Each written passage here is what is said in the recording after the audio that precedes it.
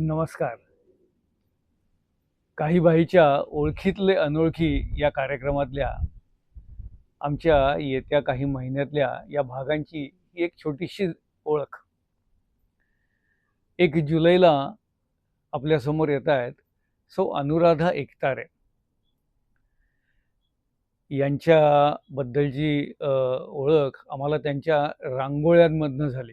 Social मीडियावरती त्यांच्या रांगोळ्या आम्ही बघितल्या आणि त्यांच्याशी बोललो आणि लक्षात आलं की फक्त रांगोळ्याच नाही तर चित्रकलेच्या सर्व माध्यमांवरती त्यांचं प्रचंड प्रभुत्व आहे.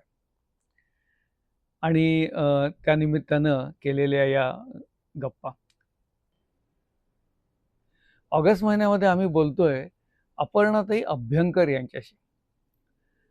नर्मदा परिक्रमा आणि नर्मदा परिक्रमेतले अनुभव याविषयी बरंच काही लिहिलं गेलंय, बोललं गेलंय. पण परिक्रमा ज्यामुळे सुकर होते त्या सेवेकरांबद्दल फारसं कधी बोललं गेलेलं नाही. अपर्णाताई या अशा एक सेवेकरी आहेत. अपर्णाताई या अशा एक सेवेकरी आहेत.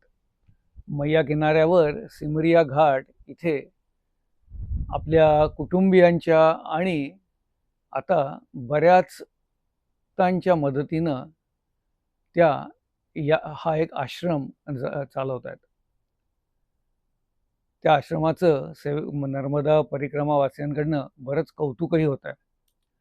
कुठल्याही सेवेच्या पाठीमागे बरंच काही नियोजन असतं जे फारसं कधी दिसत नाही. ते या मुलाखतीच्या स्वरूपातून आपल्या समोर यावं.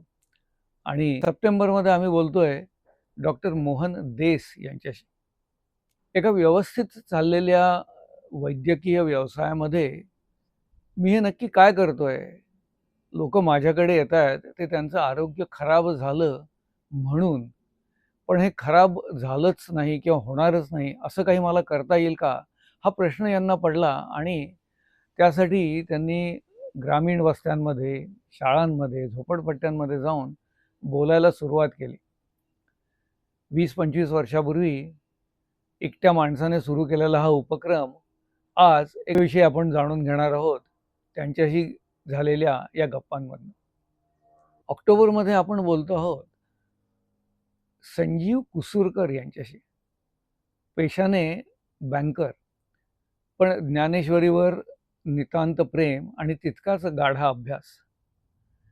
सोनोपंत दांडेकरांचा आणि त्यांचा या निमित्तानं संबंध आला आणि गेले 1 वर्षभर सोनोपंतांच्या व्यक्तिमत्वाचा, अभ्यासाचा, कार्याचा एक पैलू त्यांनी ज्ञानेश्वरीतल्या एका ओवीच्या आधारानं सोशल मीडियाच्या मार्फत लोकांपर्यंत पोहोचवला. या 1 वर्षभराच्या कामाचं एक पुस्तक जयाची मानसी चोखटी त्यांनी नुकतंच प्रकाशित केलं. या प्रकाशित झालेल्या पुस्तकाच्या निमित्तानं मारलेल्या या गप्पा, याच्यात सोनोपंतांबद्दल माहिती तर येईलच, पण कुसूरकर आणि त्यांचा अभ्यास याच्याबद्दलही भरपूर माहिती याच्यामध्ये येणार आहे.